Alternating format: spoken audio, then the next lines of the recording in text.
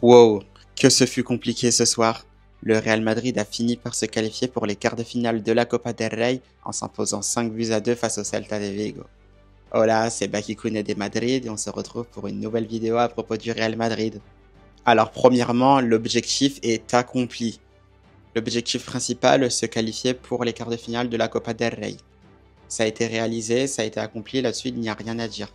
Maintenant évidemment on va revenir sur le contenu du jeu parce qu'il y a des choses évidemment qui plaisent un peu moins. C'est vrai qu'on a mis du temps à débloquer la situation par l'intermédiaire de Kylian Mbappé, puis par la suite il y aura évidemment ce doublé de Vinicius Junior, mais après derrière ce qui se passe, des errements défensifs, un manque d'efficacité dans les deux surfaces, des erreurs au niveau des passes, une erreur en l'occurrence d'Eduardo Camavinga qui va nous coûter très très cher puisque le Celta Vigo, sur cette occasion qui lui sera offerte, va nous punir immédiatement et réduira le score à 2 buts à 1.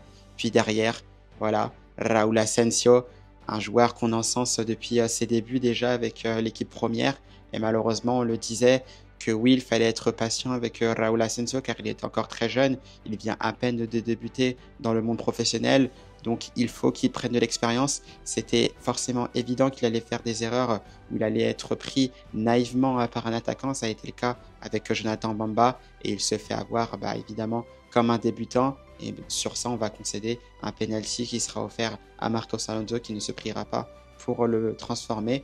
Et derrière, voilà, on se retrouve en prolongation alors que le match était totalement maîtrisé au bout d'un moment, bien qu'on ait mis du temps à le maîtriser, puisque j'avais l'impression qu'on jouait aussi dans un faux rythme dans ce huitième de finale de Copa del Rey, un Real Madrid qui était assez tranquille, qui n'accélérait pas forcément le jeu.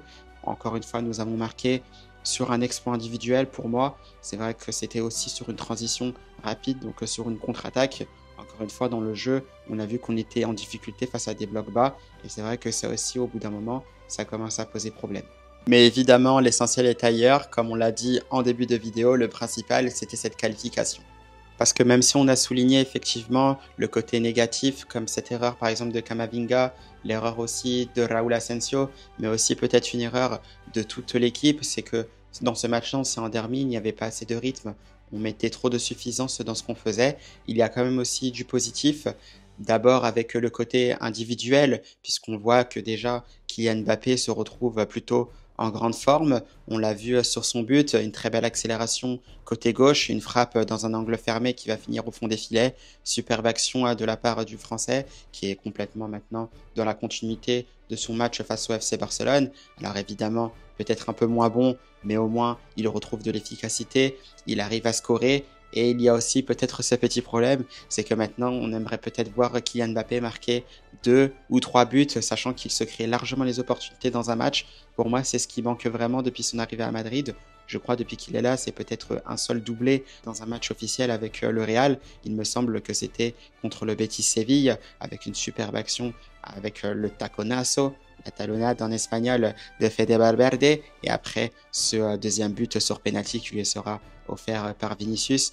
Donc voilà, il me semble que c'était ce seul doublé-là de Kylian Mbappé. Il a cette possibilité de marquer plus, mais déjà le revoir un peu plus en confiance, ça se voit d'ailleurs dans tous les gestes qui tente, ça fait extrêmement plaisir et on espère qu'il continuera comme ça et qu'il continuera de monter en puissance.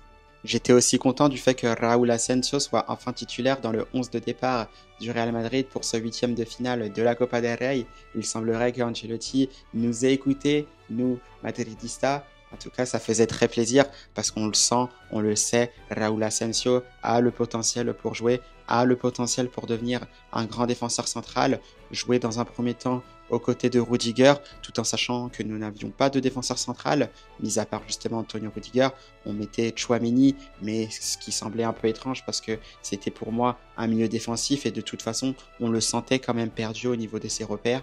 Donc là, voilà, très bonne raison pour mettre Raúl Asensio, et on le voit, beaucoup de caractère, avec des tacles glissés qui rappellent évidemment un certain Sergio Ramos. Donc voilà, On a hâte justement qu'il continue de grandir. Il y a eu cette erreur effectivement sur le penalty concédé face à Jonathan Bamba, mais c'est normal. L'enfant de la Fabrica manque encore d'expérience vu qu'il vient à peine de débuter. Il a débuté il y a quelques semaines seulement. Donc voilà, il apprend, c'est le risque quand on fait jouer des jeunes, mais c'est comme ça qu'ils s'endurcissent et c'est aussi comme ça qu'ils deviennent à l'avenir de grands joueurs parce qu'ils ont besoin d'apprendre. Donc voilà, je m'inquiète pas pour lui. Des erreurs, il a le droit d'en faire. Le principal, c'est qu'on ait gagné et que lui apprenne de tout ça. On a hâte de voir la suite pour que Raúl Asensio continue sa progression. Et Tchouaméni, les gars. Sa prestation, elle était quand même intéressante face au Celta Vigo. On l'a pas mal vu, notamment au milieu de terrain, avec de superbes interceptions, notamment une juste devant Lounine qui a complètement annihilé l'action de but pour le Celta Vigo. On l'a également vu se projeter, se faire circuler le ballon un peu de gauche à droite. Donc là, vraiment une prestation vraiment intéressante de la part de l'international français. Mais vous savez, j'ai toujours trouvé depuis le début de la saison qu'on était peut-être trop sévère avec Aurélien Tchouaméni. Alors évidemment, il y a ce débat comme quoi il ne peut pas être aligné en même temps que Fede Valverde. C'est vrai que je suis peut-être d'accord avec cette hypothèse-là. On en reparlera peut-être dans une vidéo à venir. Mais c'est vrai que le Real Madrid n'a pas forcément trouvé son équilibre dans sa composition d'équipe. Ce qui fait que par moments on est beaucoup trop déséquilibré, notamment au niveau des phases défensives.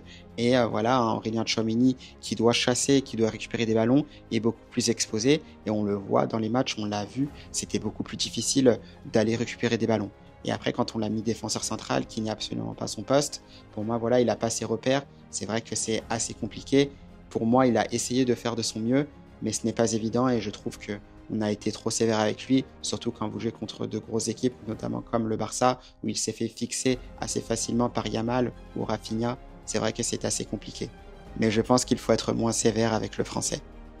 Donc voilà, dites-moi aussi ce que vous en pensez en commentaire d'ailleurs, n'hésitez pas. Puis il y a eu les prolongations. Et je pense que globalement, on n'était pas content qu'il y ait des prolongations.